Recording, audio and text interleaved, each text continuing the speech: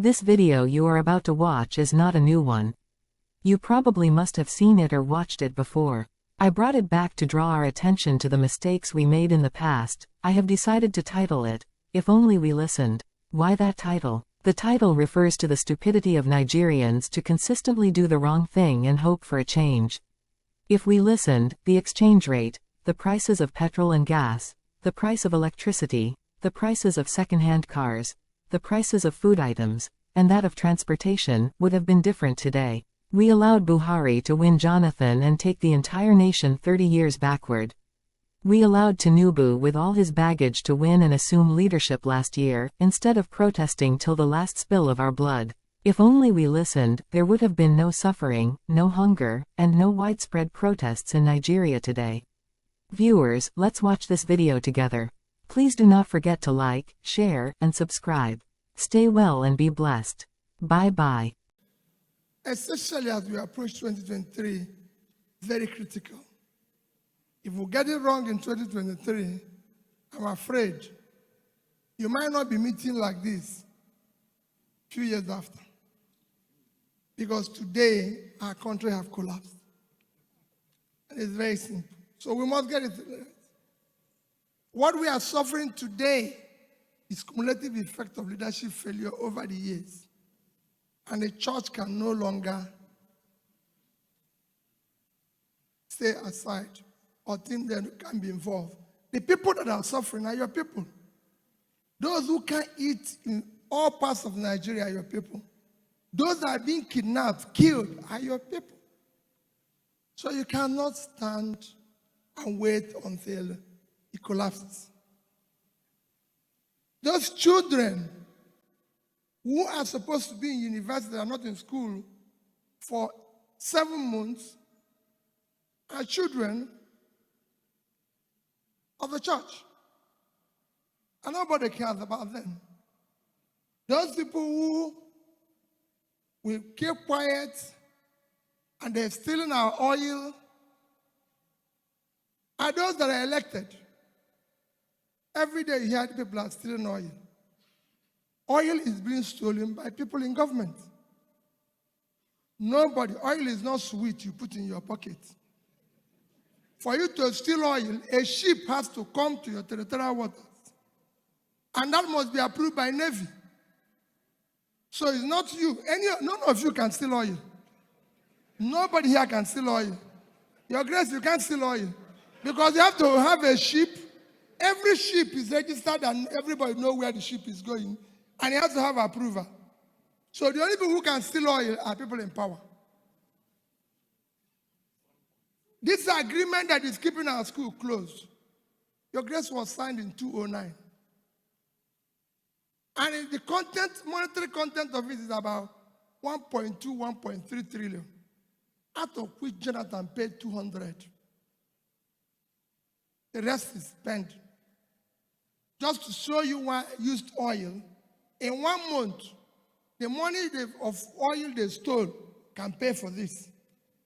Our approval to oil is 1.8 million barrels. Nigeria's approval. By OPEC, we are the only people. In July 2022, throughout the month of July, our production was 1,083,000. So every day, we're losing 717,000. If you multiply by 31 days, it's 22,227,000. That's what we lost. If you multiply by how much they sold oil in that month, average of 110, is $2,445,000,000.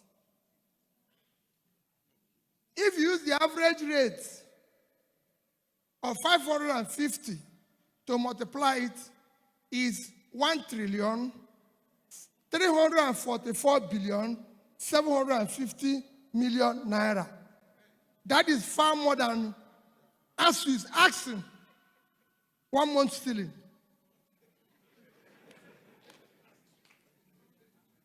You must get involved. We can no longer continue this way.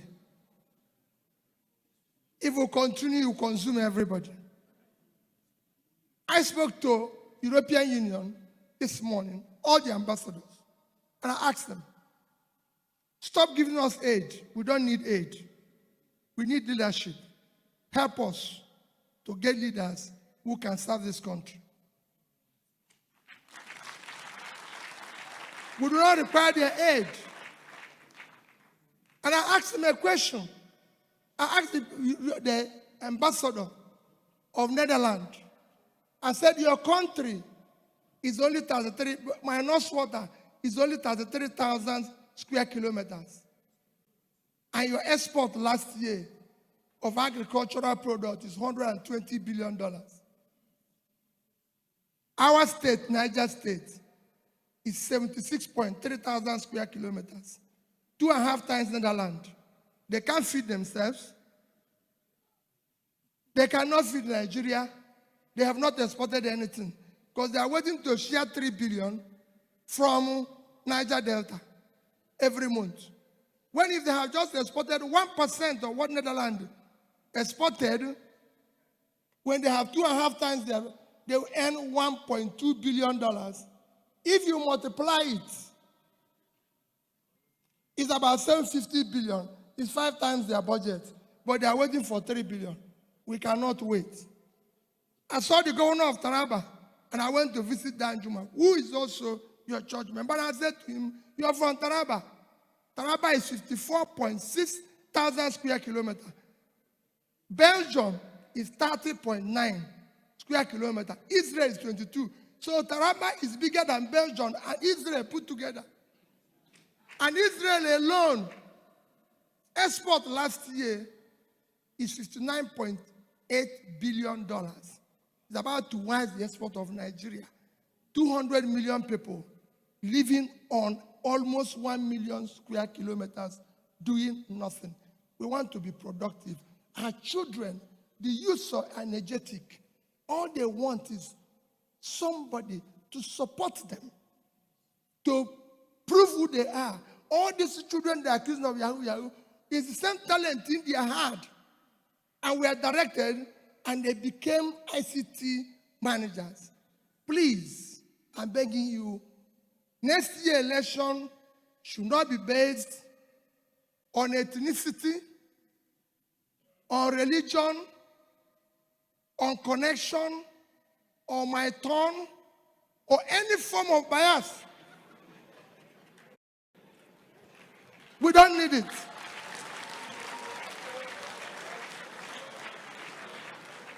And let anybody who said he wants to be, anybody who says he wants to serve, please let him not speak to you through spokesperson.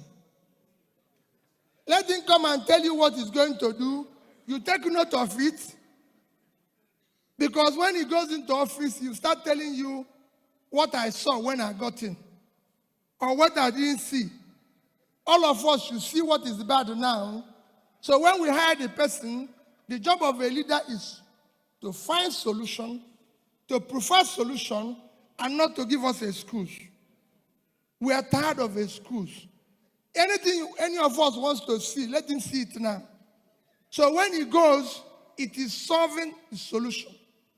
And after election, please do not go away.